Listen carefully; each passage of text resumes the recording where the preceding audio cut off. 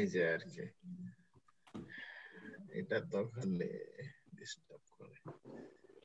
ঠিক আছে, জি স্যার। হ্যাঁ তোমার ছবি তুলতেছো তো অসুবিধা নাই। আবার তাহলে ই চাও কেন, স্লাইড চাও কেন তাহলে আবার ছবি তুলে নিচ্ছ? আচ্ছা, খুবই একটা সহজ crop among the cold crops. Cabbage is one of the most important winter vegetable in Bangladesh.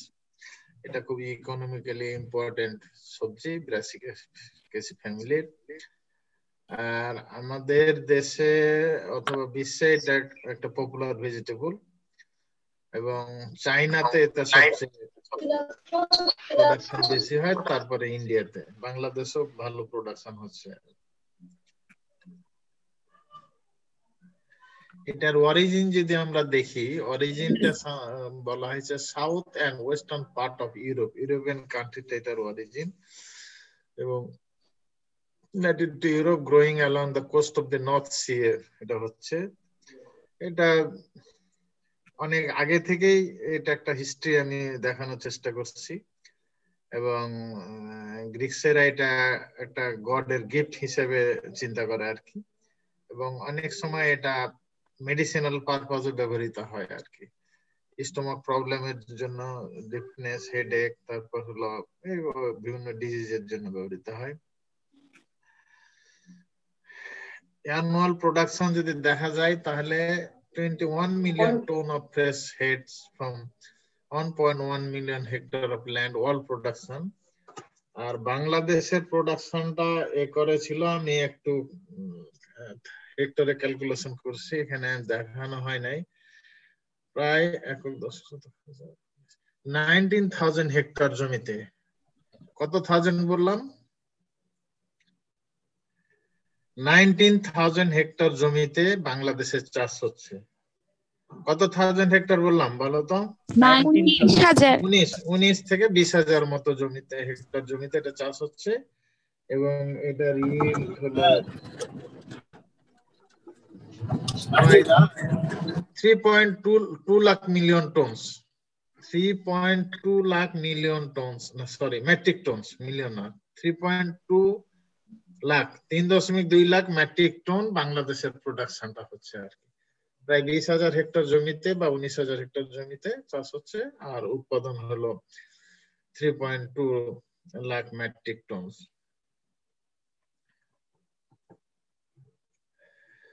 এটা বোটানি তেমন আমাদের প্রয়োজন নাই, এটা এটা রুট অ্যাডভেন্টেজেস, স্টেমটা আন্ডার ব্রাঞ্চ স্টেম, লিভস, এগুলো দরকার নাই, আমাদের একটু দেখানোর চেষ্টা করছি। কিন্তু নিউট্রিশনাল ভ্যালু যদি চিন্তা করা হয়, যে ক্যাবেজের নিউট্রিশনাল ভ্যালু, এখানে ময়েশ্চার পার্সেন্টেজ প্রায় 92%, ময়েশ্চার পার্সেন্টেজই বেশি, প্রোটিন কম আছে, ফ্যাট নাই বললে চলে, অন্যান্য উপাদানগুলো এখানে একটু দেখানো আছে, যে বিভিন্ন ভিটামিন এবং মিনারেল অল্প পরিমাণে মানে যেগুলো আছে সেগুলো এখানে টেবিলে দেওয়ার চেষ্টা করছি। এখন আছে কাল্টিভেশন টেকনিকে, যেটা মেইন লাগে ক্লাইমেট। ক্লাইমেটটা, cabbage is grown in large areas having cool and humid climate, যেসব জায়গায় ঠান্ডা এবং হিউমিডিটি আছে সেখানে এটা চাষ হয়, এবং টেম্পারেচার রেঞ্জ 15 থেকে 21 degree centigrade is considered as optimum for growth and head formation. Head ফরমেশনের জন্য 15 থেকে 21 ডিগ্রি সেন্টিমিটার টেম্পারেচার লাগে। বাংলাদেশে এটা শীতকালে এই টেম্পারেচারটা থাকে বিধায় শীতকালে এটা মেইনলি চাষ হয় আর কি। Water requirement vary from 380 to 500 millimetre, একটা ক্রপ সিজনে এত মিলিমিটার রেইনফল লাগে। যদি অ্যাটমসফিয়ার ড্রায়ার হয় বা শুকনো হয়, এটা তো ক্যাবেজ জাতীয় মানে পাতা জাতীয় সবজি, এটা পাতা বোটাটা মোটা হয়ে যায়, বড় হয়ে যায়, and impaired quality of the head, হেডের কোয়ালিটিটা ভালো হয় না, পোর ইল্ড কমে যায়, and difficult to control pest, এবং যদি ড্রাইড অ্যাটমসফিয়ার হয় তাহলে পেস্ট ডিজিজের আক্রমণ বেড়ে যায়, এটা কন্ট্রোল করা সম্ভব হয় না আর কি।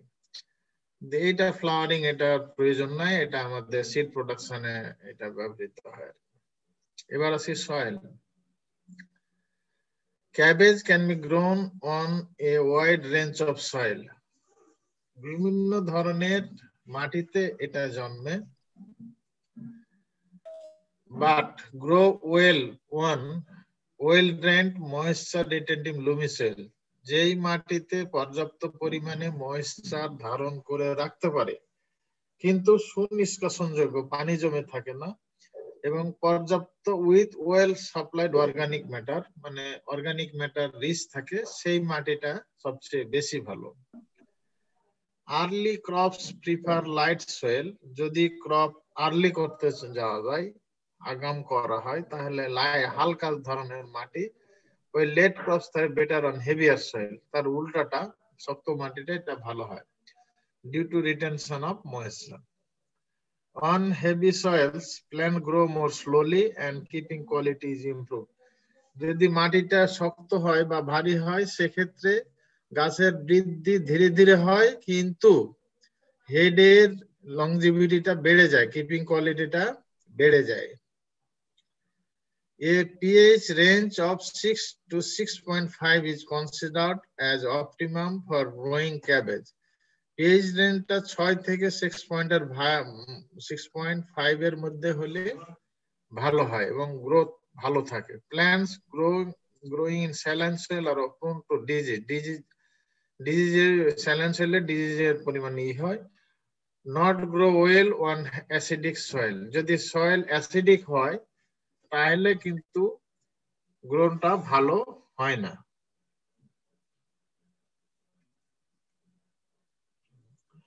এখন যেটা দেখছো সেটা হলো ভ্যারাইটি।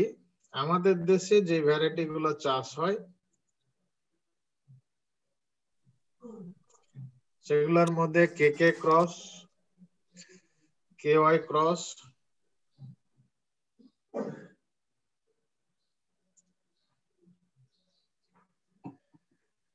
অ্যাটলাস 70, এই ভ্যারাইটি গুলা বেশি চাষ হয় আর কি। এই বেশিরভাগ ভ্যারাইটি গুলা কিন্তু জাপানিজ ভ্যারাইটি আর কি। বাংলাদেশে বাড়ি একটা ভ্যারাইটি রিলিজ করছে, এটা প্রভাতী। এই ভ্যারাইটিটা খুবই ভালো বাংলাদেশের প্রেক্ষাপটে। তাছাড়া আরো অন্যান্য ভ্যারাইটি আছে, summer green, green express, golden acre, বুলবুল, গ্রিন বল, চাক্কা, কোপেনহেগেন মার্কেট, ইংলিশ বল, পুসার্ড, ড্রামহেড, এগুলো অনেক ধরনের ভ্যারাইটি বাংলাদেশে এখন চাষ হচ্ছে। স্যার, হ্যাঁ স্যার ইরিগেশনের ক্ষেত্রে যে পার ক্রপ 380 থেকে 500 মিলিমিটার, এটা স্যার কোন ইরিগেশনের মাধ্যমে দেওয়া হয়? চ্যানেল ইরিগেশন নাকি? আচ্ছা, ইরিগেশনটা আমি একটু পরে যাচ্ছি। এটা ওই যে তুমি যেটা বলে চ্যানেল ইরিগেশন, আমাদের দেশে সাধারণত যদি মাঠে করা হয় তো এই চ্যানেল ইরিগেশনই দিতে হবে, অন্য কোনো সুযোগ সুবিধা আমাদের দেশে কম আর কি, বুঝছো? গাছ যখন চারা অবস্থায় থাকে তখন কিছু গাছ লাগানোর সময় চারা মানে দিতে হয়, তারপরে ফ্ল্যাট ইরিগেশন, ওই চ্যানেলের সাইজে ফ্ল্যাট ইরিগেশনই আমাদের দেশে প্রদান করা হয়। ঠিক আছে, জি স্যার। এবার আসি নার্সারি বেড প্রিপারেশন। আমরা সাধারণত ক্যাবেজ ট্রান্সপ্লান্টিং করা হয়, প্রথমে সিড বেডে চারা উৎপাদন করা হয়, তারপরে এই চারা 30-40 দিনের বয়সের হলে আমরা মাঠে ট্রান্সপ্লান্ট করি। এই জন্য সিড বেডের সাইজ সাধারণত 3 মিটার ইন্টু 1 মিটার হয় এবং এটার হাইট 15 থেকে 20 সেন্টিমিটার। আমরা অনেক সময় আদর্শ সিড বেড 21 সেন্টিমিটার বলে থাকি, 21 সেন্টিমিটার পর্যন্ত করা যায়। তোমরা যখন প্র্যাকটিক্যালি করবা তখন সিড বেড প্রিপারেশন করা লাগে আর কি, তখন দেখা যায় যে সিড বেডের সাইজ 3 মিটার ইন্টু 1 মিটার এবং হাইট হলো 21 সেন্টিমিটার। তো এরকম সিড বেডে আমাদের সিড বপন করতে হয় এবং দুইটা সিড বেডের মাঝে কিছু গ্যাপ রাখতে হয়। এটা 50 সেন্টিমিটার, 60-70 সেন্টিমিটার করে রাখতে হয়। এটা রাখা হয় ইন্টারকালচার অপারেশন, যেরকম উইডিং করা লাগে, পানি দেওয়া লাগে, তারপর ইনসেক্টিসাইড স্প্রে করা লাগে, আদার ইন্টারকালচার অপারেশন সুবিধা হয়, দুই বেডের মাঝখান দিয়ে এটা করা হয়। সিড বেডের সারফেসটা খুবই স্মুথ করতে হয়, কারণ এটা খুবই বীজ খুব সেনসিটিভ, বীজের জার্মিনেশন হায়ার হওয়ার জন্য এর উপরের লেভেলের সয়েলটা খুব স্মুথ হওয়া লাগে। এবং খুব লেভেলটা ভালো হতে হয়, এই সিডের জার্মিনেশনটা এত ভালো হয় আর কি। আমরা যখন সিড বেড করব সেখানে ওয়েল ডিকম্পোজড কাউ ডাং 2 থেকে 3 কেজি পার মিটার স্কয়ারে আমরা অ্যাড করব আর কি। এখানে দেওয়ার উদ্দেশ্য হলো অর্গানিক ম্যাটার রিচ করা এবং বিভিন্ন নিউট্রিয়েন্ট সাপ্লাই দেওয়া হয়। বেডটা একটু রেস্ট হওয়া দরকার। রেস্ট বেসড are necessary to avoid problem of water logging in heavy soil. Heavy সয়েলে সাধারণত ওয়াটার লগিংটা হয়, যদি সয়েল লেভেলটা স্মুথ হয় এবং রেস্ট হয় তাহলে ওয়াটার লগিং হবে না। ওয়াটার লগিং হইলে ড্যাম্পিং অফ একটা ডিজিজ হয় এবং চারাগুলো মারা যায় আর কি। To avoid mortality of seedlings due to damping off, ওই যে ড্যাম্পিং এর কথা হলো ড্রেনেজিং ড্রেসিং সিস্টেম করতে হয় এবং ব্যাবিস্টিং দিয়ে একটা মানে সিডগুলো সয়েল স্টেরিলাইজ করা লাগে, তাহলে ড্যাম্পিং অফটা হয় না আর কি। 1 হেক্টর জমির জন্য 300 থেকে 500 gram of seed R sufficient. 300 থেকে 500 গ্রাম সিড মানে লাগে 1 হেক্টর জন্য। Sowing seeds to be done thinly in lines spaced at 5 cent distance. আসলে সিড বেডে এইভাবে ডিসটেন্স করে 5 থেকে 7 সেন্ট ডিসটেন্স করে করা হয় না, একটা ব্রডকাস্টিং ই করা হয়। তবে উন্নত বিশ্বে হয়তো 5 থেকে 7 সেন্ট দূরে দূরে ডিসটেন্স মেইনটেইন করে বীজগুলো বপন করা হয় এবং বীজের ডেপথ হয় 1 থেকে 2 সেন্টিমিটার এবং বীজ বোনার পরে covered with fine layer of soil, উপরে খুব ফাইন লেয়ার দিয়ে সিডগুলোকে কভার করে দিতে হয়, না হলে পিঁপড়া অথবা পাখি দিয়ে সিডগুলো খেয়ে ফেলে আর কি। এবং হালকা পানি দিতে হয় ওয়াটারিং ক্যান দিয়ে। The beds should be then covered with dry straw. এটা অনেক সময় পলিথিন দিয়েও ঢেকে দেওয়া হয়, অনেক সময় এই যে স্ট্র মানে খড় দিয়ে বা শুকনা ঘাস দিয়ে অথবা পাতা জাতীয় জিনিস দিয়ে ঢেকে দেওয়া লাগে to maintain required temperature and moisture. জার্মিনেশনের জন্য যে ময়েশ্চার এবং টেম্পারেচার দরকার সেটা মেইনটেইন করার জন্য এই শুকনা খড় দিয়ে ঢেকে দিতে হয়। The watering should be done by watering can as per the need till germination. Germination পর্যন্ত প্রয়োজন অনুসারে watering can দিয়ে পানি দেওয়া দরকার। The cover of dry straw grasses is removed immediately after germination of seed. সিডের জার্মিনেশন হওয়ার সাথে সাথেই বা যখন জার্মিনেশন শুরু হবে তখন এই যে স্ট্র দিয়ে ঢেকে দেওয়া হয়েছিল সেটা কভার রিমুভ করে ফেলতে হবে। If there is overcrowding of seedling due to thick sowing, the extra seedling should be thin out. যদি কোনো কারণে সিড বেডে একটু সিড বেশি ফেলা হয় বা জার্মিনেশন হায়ার হওয়ার কারণে চারা যদি একটু ঘন হয় তাহলে একটু পাতলা করে দিতে হবে। Sowing time of seed, হ্যাঁ কিছু বলছো? Sowing time of seed depends upon the variety এবং ভ্যারাইটির অনুসারে এবং অ্যাগ্রোক্লাইমেটিক কন্ডিশন অনুসারে অথবা ক্রপের আর্লিনেস অনুসারে কোন সময় বীজ বপন করবা তার ভ্যারাইটি এবং সয়েল ক্লাইমেট এবং ক্রপ গ্রোয়িং সিজনের উপর নির্ভর। আর্লি যদি ক্রপ করতে যাও তাহলে জুলাই সেপ্টেম্বর অক্টোবরে সিডগুলো সোয়িং করা লাগে, তারপর মাঠে ট্রান্সপ্লান্টিং করতে হয়। Seedling should be transplanted within 4 to 6 weeks of sowing. Seed sewing করার পরে যে চারাগুলো হবে এই চারাগুলো 4 থেকে 6 সপ্তাহ বয়স হলে এটাকে মাঠে লাগাতে হবে। এর চেয়ে দেরি করলে গাছের বয়স যদি বেশি হয়ে যায়, older seedlings when transplanted result in poor growth and yield. যদি বয়স্ক চারা লাগাও তাহলে গ্রোথ ভালো হবে না এবং ইল্ড ও কমে যাবে আর কি।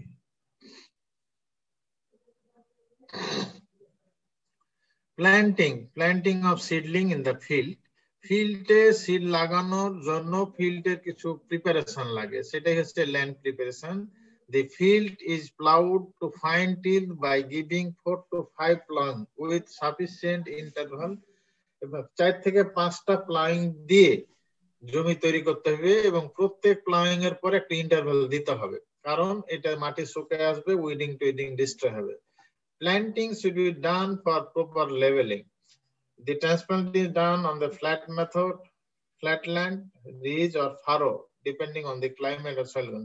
এই ট্রান্সপ্ল্যান্টিং সাধারণত আমাদের দেশে নরমালি ফ্ল্যাট ল্যান্ডে করা হয়, তবে এটার জমির কন্ডিশন অনুসারে যদি একটু নিচু বা হয় তাহলে একটু রিচ করে মাটি তুলে করা হয় অথবা ফারোতে করা হয়। Early planting ridge method is suitable, especially where the rain occurs at the time of planting. অনেক সময় হয়তো বৃষ্টি হচ্ছে কিন্তু ফ্ল্যাট প্ল্যান্টিং করলে ফ্ল্যাটে করলে মাটিটা ভিজা ভিজা থাকে অথবা পানি থাকলে চারাটা মারা যায়। এই জন্য একটু রিচ করে একটু মাটি উঠিয়ে দিলে ওখানে লাগালে তাহলে আর পানি জমে না বা চারাটা মারা যায় না।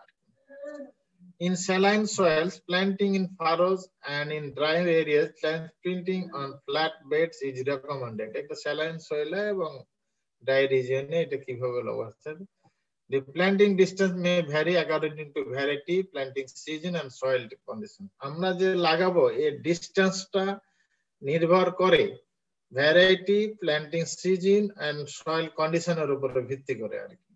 এবং এখানে একটা কয়েকটা মানে স্পেসিং দেওয়া আছে, রিকমেন্ডেড স্পেসিং। একটা আর্লি প্ল্যান্টিং যদি করি তাহলে একটা কম spacing 45 into 45 or 60 into 30 centimetre আমরা করতে পারি। মিড প্ল্যান্টিং এর ক্ষেত্রে আমরা 60 into 45 সেন্টিমিটার দূরে দূরে লাগাতে পারি। আর লেট প্ল্যান্টিং এর ক্ষেত্রে 60 into 60 অথবা 75 into 60 সেন্টিমিটার স্পেসিং মেইনটেইন করে আমরা ট্রান্সপ্ল্যান্টিং করতে পারি। মেথডস অফ প্ল্যান্টিং, আসলে transplanting should be done preferably in the morning. সাধারণত দিনের বিকাল বেলায় ভালো, মর্নিং এর চেয়ে। বলো স্যার, ওই স্যালাইন সয়েলে ট্রান্সপ্ল্যান্টিংটা ফারোতে কেন করব রিজে না করে? এইটা হলো যে তোমার ড্রাই যত হবে তো স্যালিনিটি তত বেশি থাকে, বুঝছো? কোন একটা ল্যান্ডের যদি ড্রাই জায়গায় স্যালিনিটি বেশি আর ভিজা জায়গায় বা নিচু জায়গায় স্যালিনিটিটা কম। স্যালিনিটি যত বেশি হয় সেটা ক্রপের জন্য খুব ক্ষতিকর, ক্রপ এটা করতে পারে। আর কিছু? জি না স্যার, বুঝতে পেরেছি। এখন আসি ট্রান্সপ্ল্যান্টিং। এটা দিনের বিকেল বেলায় ট্রান্সপ্ল্যান্টিংটা করা ভালো। এখানে মর্নিং লেখা আছে আসলে ঠান্ডার জন্য, কিন্তু মেইন ট্রান্সপ্ল্যান্টিংটা বিকেল বেলা করলে বেশি ভালো। যে কোনো ক্রপে ট্রান্সপ্ল্যান্টিংটা বিকেলে করলে হয় কি, রাত্রের যে ঠান্ডা ওয়েদার থাকে বা হালকা শিশির পড়ে, এটা এস্টাবলিশমেন্টের জন্য ভালো। আর সকালে ট্রান্সপ্ল্যান্টিং করলে দিনের প্রখর তাপে বা সূর্যের সময় যে দিনের বেলায় যে সূর্যের তাপ থাকে, প্রশোধনের হার বেড়ে যায়, গাছটা মারা যাওয়ার সম্ভাবনা থাকে। এই জন্য বিকেল বেলায় লাগানো। In some parts of the country, beds are first irrigate and then the seedlings. অনেক সময় করে কি, মাটি যদি খুব শুকনা হয়ে থাকে তখন হালকা একটা ইরিগেশন দিয়ে একটু মাটিটা একটু ভিজিয়ে রাখে, সেক্ষেত্রে একটা ফার্স্টে প্রথমে ইরিগেশন দেওয়া লাগে। কিন্তু যদি মাটির জো কন্ডিশন থাকে তাহলে আর ইরিগেশন দেওয়া লাগে না, লাগানোর পর ইরিগেশন দিলে ভালো। ম্যানুরিং এন্ড ফার্টিলাইজেশন, এটা সব ক্রপের ক্ষেত্রেই খুবই important. Fertiliser dose depends upon the fertility of soil. Soil যদি খুব উর্বর হয় তাহলে ফার্টিলাইজারটা একটু কম দিলেও চলে। The amount of organic matter applied to the crops for a good yield, সাধারণত ক্রপ প্রোডাকশনের জন্য 15 থেকে 20 টন কাউ ডাং, ওয়েল ডিকম্পোজড কাউ ডাং are incorporated into the soil about 4 weeks before transplanting. আসলে এটা ফাইনাল ল্যান্ড প্রিপারেশনের সময় এটা সবগুলা কাউ ডাং এগুলা দিয়ে মিশিয়ে দিতে হয়। এন্ড অ্যাপ্লিকেশন অফ, এটা এখানে একটু ভুল আছে, 300 কেজি হবে এটা।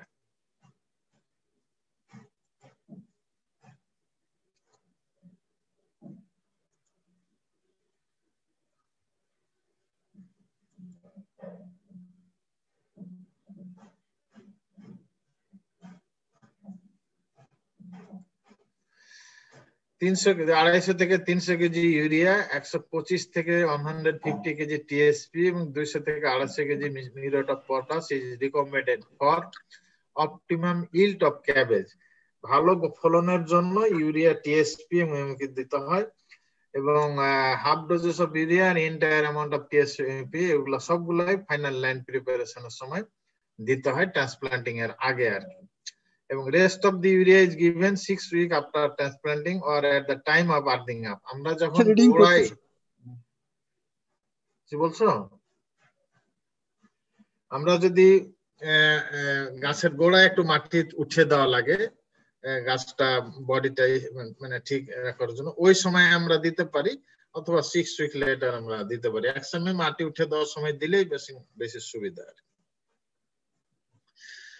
Irrigation is given just after planting of seedling, এগুলো তো ওয়াটারিং কেন দিয়ে বলছি আমি। সাবসিকুয়েন্ট ইরিগেশন গিভেন এট 10 থেকে 15 দিন পর পর ইরিগেশন দেওয়া লাগে, depending on the season and soil condition. মাটির কন্ডিশনের উপর ভিত্তি করে 10-15 দিন পর পর এটা ইরিগেশন দেওয়া লাগে আর কি। Care should be taken to avoid water stresses from the time of the head formation to the head maturity of tree. যদি হেড ফরমেশনের সময় পানির স্ট্রেস হয়, পানি না থাকে, তাহলে তোমার হেড ফরমেশনটা ভালো হবে না। ওই সময় তোমার পানির ইরিগেশনটা একটু কেয়ারফুলি দিতে হবে, যদি প্রয়োজন হয় তাহলে দিতে হবে আর কি। At the time of crop maturity, irrigation should be avoided as excess irrigation at this stage cause splitting of it. Crop যখন হারভেস্ট করতে যাবা বা ম্যাচুরিটি স্টেজ চলে আসবে, তখন কিন্তু ইরিগেশনটা, বেশি ইরিগেশনটা ক্ষতিকর, কারণ এতে হেডটা স্প্লিটিং হয়ে যাবে, অর্থাৎ মার্কেট ভ্যালু কমে যাবে, এটার কোয়ালিটিটা কমে যাবে। এই জন্য ম্যাচিউর স্টেজে ইরিগেশনটা না দেওয়াই ভালো। ইন্টারকালচারাল অপারেশন, যে কোনো ক্রপে উইডটা খুবই হার্মফুল, এই জন্য প্রয়োজন অনুসারে 2-3 বার উইডিং করা লাগবে। সাধারণত আমাদের দেশে হাত দিয়ে উইডিং করা হয়, বিদেশে অনেক অন্য দেশে উইডিসাইড ব্যবহার করা হয়, কিন্তু আমাদের দেশে ম্যানুয়ালি করা হয় আর কি। Earthing up is done 30 days after transplanting. আমি আগেই বলছি যে একটুটা আর্থিং আপ, মাটির গোড়ায় মাটি তুলে দেওয়া লাগে। At the time of earthing up, the plants are supported with soil to avoid toppling of the plant during head formation. Head formation এর জন্য গাছ যাতে পড়ে না যায়, কাঁথিয়ে না যায়, এই জন্য এটা একটু আর্থিং আপ করা লাগে। Harvesting, cabbage is ready for harvest at 90 to 100 days after transplanting.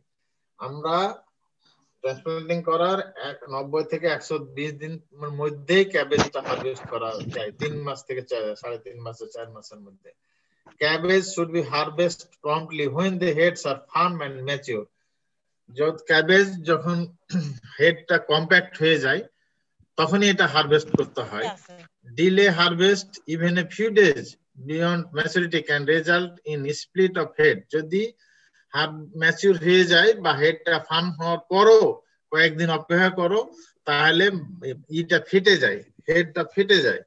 and increase incidence of field disease, ফিল্ডের ডিজিজের আক্রমণটা বেড়ে যায়, এবং স্প্লিট হয়ে গেলে ডিজিজ আক্রমণ বেড়ে হেডের কোয়ালিটিটা নষ্ট হয়ে যায়। Harvesting immature heads however reduce yield, যদি ফার্মনেস বা ম্যাচিউর হওয়ার আগেই যদি হেডটা হারভেস্ট করো তাহলে ইল্ড কমে আসবে। and the heads are too soft to resist handling damage, এটা কম্প্যাক্ট থাকবে না, এই জন্য হ্যান্ডলিং এ ড্যামেজ হয়ে যেতে পারে। immature heads also have a shorter shelf life than mature head, যদি হেডটা ম্যাচিউর হয় সেটার শেলফ লাইফটা বেশি থাকবে দেন immature head. The head is harvested by bending it to one side, এক সাইডে বাঁকা করে এটাকে হেডটা হারভেস্ট করা যায়, অথবা চাকু দিয়ে কেটে না যায়, and cutting it with a knife. The stalk should be cut flat as close to the head, মানে ফ্ল্যাট ভাবে কাটতে হবে হেডের কাছাকাছি জায়গায় possible, yet long enough to retain 2 or 4 wrapper slip. ওখানে ওই যে কয়েকটা wrapper slip 2 থেকে 3টা বা 4টা থাকতে হয় ভালো কাটটা প্রোটেক্ট করার জন্য। Extra leaves act as cushions during handling and may be desired in certain markets. The head should not be removed by snapping or twisting it, since this practice damages the head. আমরা মসুর দিয়ে অনেক সময় হেডটাকে harvest করি, এটা করা যাবে না, এটা ওইটা করলে অনেক সময় হেডটা ড্যামেজ হয়।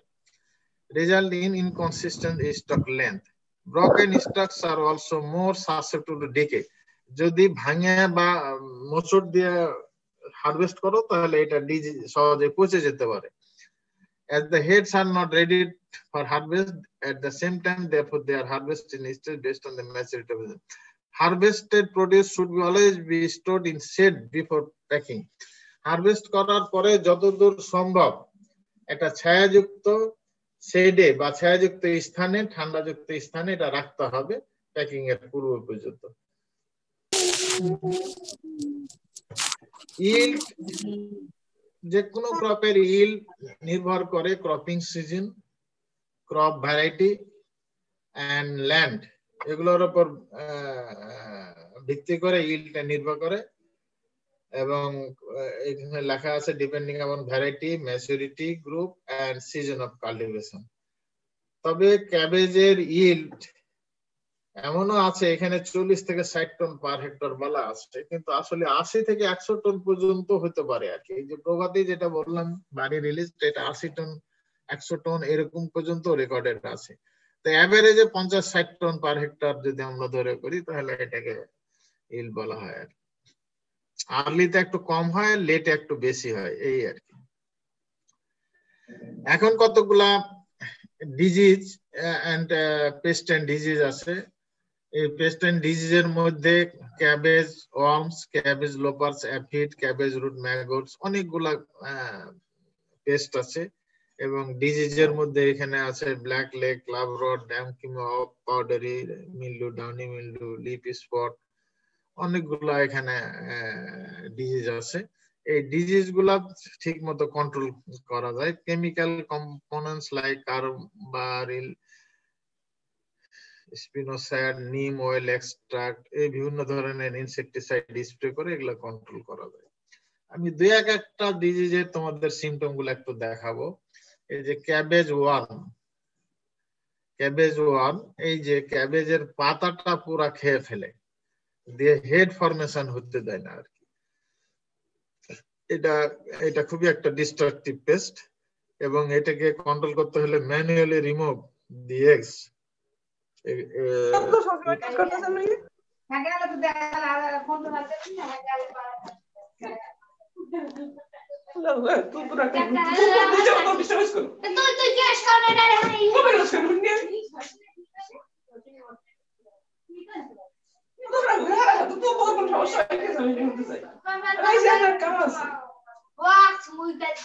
স্যার আপনি মিউট করে দেন। আচ্ছা, অ্যাফিড একটা আরেকটা ডিস্ট্রাকটিভ পেস্ট আছে। এটা তোমরা দেখো যে পাতার উপরে কি পরিমাণে জমা হয়ে পাতাটাকে ডিস্ট্রয় করে ফেললে এগুলা। এটা লিপ থেকে সব স্যাপ গুলা সাক করে ফেলে এবং এটা খুবই ডিস্ট্রয় করে ফেলে আর কি। Aphid population limited just few leaves.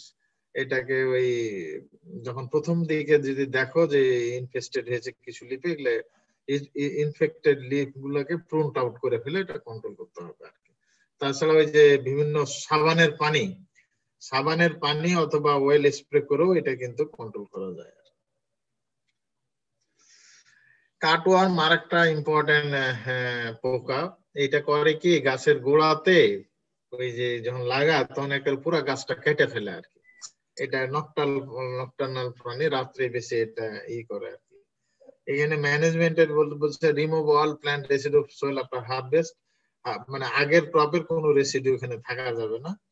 আর এখানে কিছু ম্যানেজমেন্টের কিছু কথা এখানে বলে রাখছি, তোমরা একটু দেখে নিও। আরো অনেকগুলা পেস্ট আছে যেরকম ডায়মন্ড ব্ল্যাক, তারপর হলো বারগান্ডা বাগ, এগুলো অনেকগুলো আছে। এগুলা তো তোমার নামগুলা জানলেই হবে আর কি।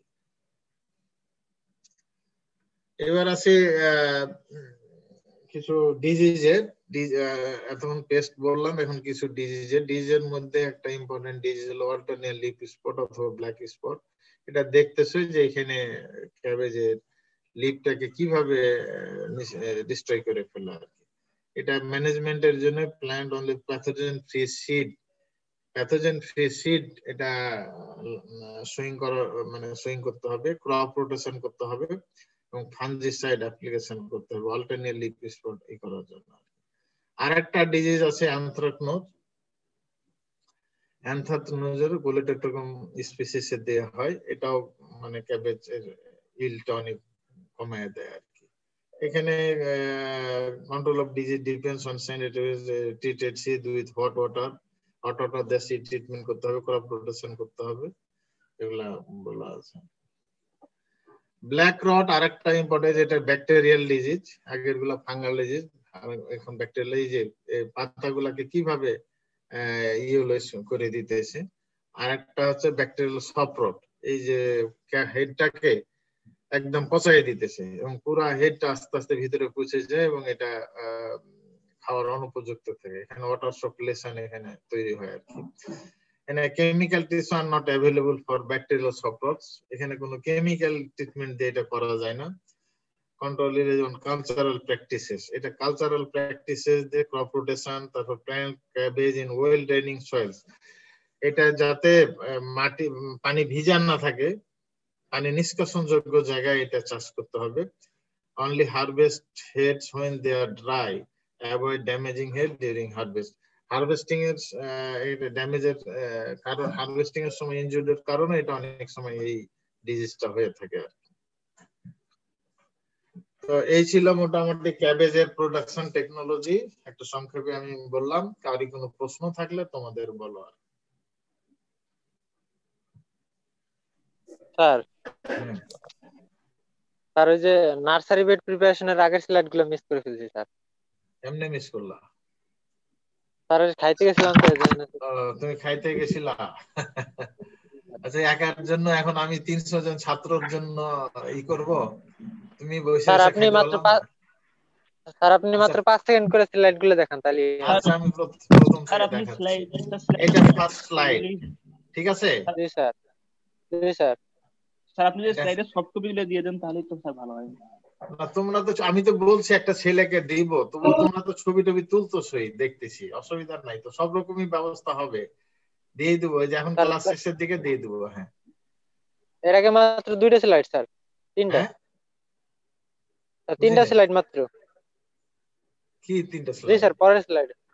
হ্যাঁ, এটা দরকার নাই, মরফোলজি দরকার নাই, নিউট্রিশনাল তেমন অত দরকার না। অনেক এই যে সয়েল এন্ড ক্লাইমেট, এটা ইম্পর্টেন্ট, বুঝছো? এটা তোমার শর্ট নোট থাকলেও এটা লাগবে, আবার প্রোডাকশন টেকনিক তো সয়েল ক্লাইমেটটা লাগবে। ভ্যারাইটি গুলোর নাম জানতে হবে, অনেক সময় ভাই ভাই জিজ্ঞাসা করে, ভ্যারাইটি ওর কথাও থাকে বলে 2-3 মাস। এটা এ পর্যন্ত এসে নার্সারির এখানে। জি স্যার, জি স্যার। আর কোনো আছে? ঠিক আছে স্যার। না স্যার আর নাই। এখন প্রশ্ন থাকলে বলো, কারো থাকলে বলো। আমার ক্লাস শেষ, আজকে শেষ। আমার মনে হয় সবার ক্লাস শেষ, যে যে চ্যাপ্টার পড়ায় তারাই তো বলতে পারবে কোন স্যার বাকি আছে। আমার যে সিলেবাস ছিল আজকে শেষ হয়ে গেল, আমি আর তোমাদের ক্লাস নেব না ইনশাল্লাহ। এখন রেজাউল স্যারকে জিজ্ঞাসা করবা, হারুন স্যারকে, রহিম স্যারকে, আর হলো আজিজুর রহমান, ওনাদেরকে জিজ্ঞাসা করে নেবে যে স্যার আপনাদের ক্লাস বাকি আছে কিনা, তাইলে বুঝতে পারবে, বুঝছো? ঠিক আছে? তাহলে আমি ক্রপ পড়াইলাম 2টা, একটা হলো সুইট পটেটো আর একটা হলো ক্যাবেজ, ঠিক আছে? যদি জিজ্ঞাসা করে হাবিব স্যার কি পড়াইছে, কোন সাবজেক্ট জিজ্ঞাসা করে। আর একটা হলো ভেজিটেবলের প্রেজেন্ট স্ট্যাটাস, স্কোপ এবং এক্সপোর্ট সিচুয়েশন, ঠিক আছে? আর হলো ভেজিটেবলের নিউট্রিশনাল এন্ড ইকোনমিক্যাল ইম্পর্টেন্স এবং স্কোপ, এই কয়েকটা চ্যাপ্টার আমি পড়াইলাম, ঠিক আছে? হ্যাঁ, আর কারো কোনো প্রশ্ন থাকলে বলো। একটা কোশ্চেন ছিল। হ্যাঁ বলো। স্যার ক্যাবেজে আর্দিং আপটা কেন করতে হবে? ওই যে ওইখানে আর্দিং আপের ওখানে লেখা আছে, আমরা ক্যাবেজের যে হেডটা, এটা তো অনেক সময় 2 কেজি, 1.5 কেজি, 3 কেজি, 1 কেজির উপরে হয়। ওইটা ওই নিচের যে স্টেমটা বা বোটাটা, এটা ধরে রাখতে পারে না, এই জন্য গোড়া একটু মাটি দিয়ে থাকলে ও একটু এনার্জি পায়, শিকড়টা বেশি গজায় আর কি। জি স্যার, বুঝতে পারছি, থ্যাংক ইউ। আর কারি কোনো প্রশ্ন? তো সবাই ভালো থাকো, আমার জন্য দোয়া করো এবং সবাই টেক কেয়ার করে চলাফেরা করো। আল্লাহ হাফেজ।